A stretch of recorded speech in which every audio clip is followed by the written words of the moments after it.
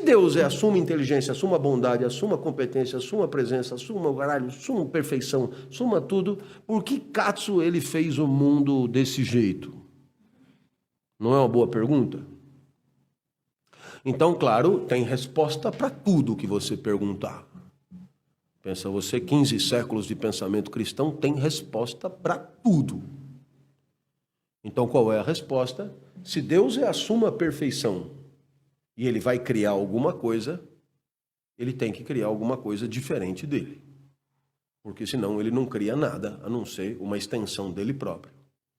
Ora, para criar alguma coisa diferente da suma perfeição, só pode ser uma coisa imperfeita. Portanto, o que é o mal é toda a diferença, todo o delta entre a perfeição de Deus e o resto que não é Deus. Se Deus criou alguma coisa, só poderia ter criado o diferente dele. Então, se Deus é a suma paz, o que ele poderia ter criado? A guerra. Se Deus é o supremo amor, o que ele poderia ter criado? O ódio. Se Deus é a suma inteligência, o que ele poderia ter criado? Portugal. Se Deus é a suma generosidade, o que ele poderia ter criado? O egoísmo. E assim por diante. Entendendo pelo mal tudo o que é diferente da suprema perfeição.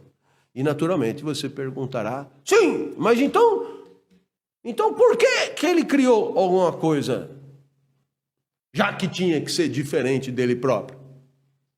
Por que não ficou sozinho? Estava com medo de ficar sozinho. Não, criou por amor. A partir de agora a pergunta é: que amor de Deus é esse que criou o mal? Então, a resposta que eu te dou agora é o início de uma longa digressão sobre o amor ágape que nós faremos no nosso próximo encontro.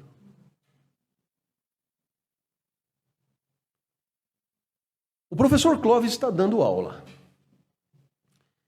Então a pergunta que eu faço é: a aula do professor Clóvis é perfeita? Naturalmente, você que está inscrito no paradigma cristão dirá não. Por quê? Porque a aula perfeita seria dada por Deus. Tá certo? É parecida? Muito. Na verdade, se não fosse a hérnia, é pau a pau. Mas ainda assim é imperfeita. Então, a distância entre a aula que eu dou e a aula que Deus daria é o que a gente chama de imperfeição ou mal metafísico. Tá certo? Imperfeição ou mal metafísico. Deus daria a aula perfeita e eu, logo abaixo, dou a minha. Muito bem. Então a pergunta é: por que cazzo Deus não fica aí, né? Agora faz isso, agora faz aquilo, agora faz aquele outro e tal, e a aula que é imperfeita seria perfeita? Resposta: claro! Se Deus fica aí dizendo como é que eu tenho que dar aula, a aula que você assiste é a aula de Deus e não a minha. Então, o que foi preciso para que a aula do Clóvis existisse? Que Deus não estivesse aí. Então, o amor de Deus é um amor de recuo. Para que eu possa existir, Deus teve que se mancar. Para que eu possa existir como professor, é sinal que Deus não é o professor. Então, para que você possa existir como você, é preciso que Deus tenha deixado você existir como você. E por isso, por mais que ele gostasse que você fosse parecido com ele, ele deixou você ser como você é. E você só é como você é pelo amor de Deus. Deus que te ama, te deixa ser como você é. A distância entre você e Deus é o mal. Pirueta fudida. Claro, porque se só existisse o bem, só haveria Deus. E você? Você não seria você. Seria Deus. E tudo seria Deus.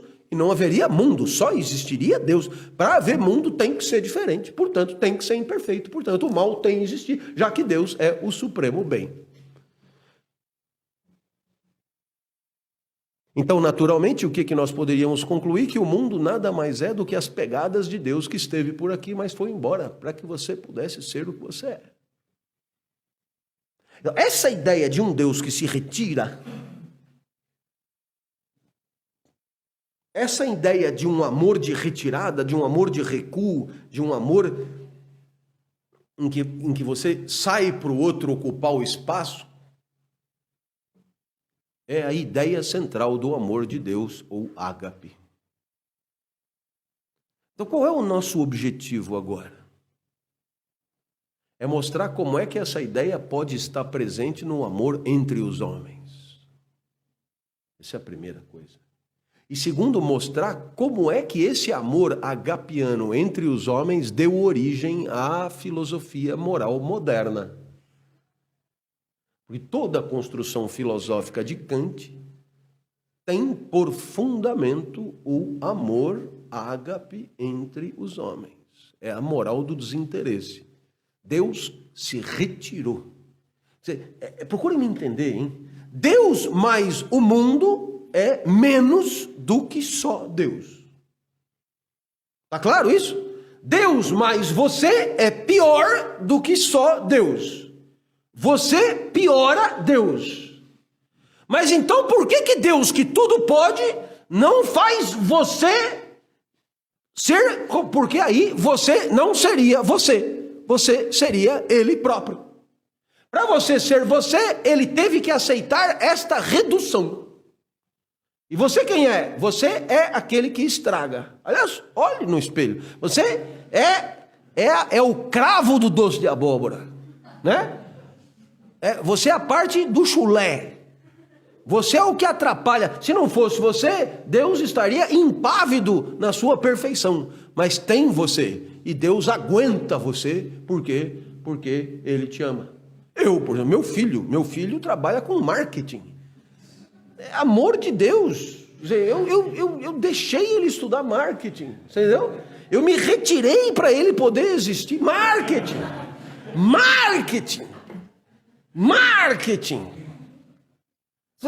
Eu tive que recuar. Eu tive que fingir que não estava vendo. Eu tive que, nossa, dá uma de Deus. Eu fechei assim, vá, exista por você. Ímpio marqueteiro, vá. Infame, infeliz, vá trabalhar na Unilever. Vá bater continência para o capital. Vá ser lacaio de capatazes capitalistas.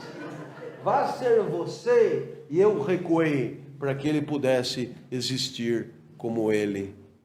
Ficou claro?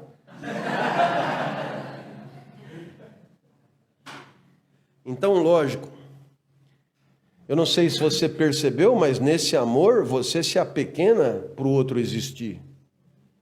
E essa é a ideia central de uma forma de relacionamento que vai dar origem aos princípios morais que vão ser consagrados ao longo da modernidade. Mas eu só posso começar isso depois. Tá bom?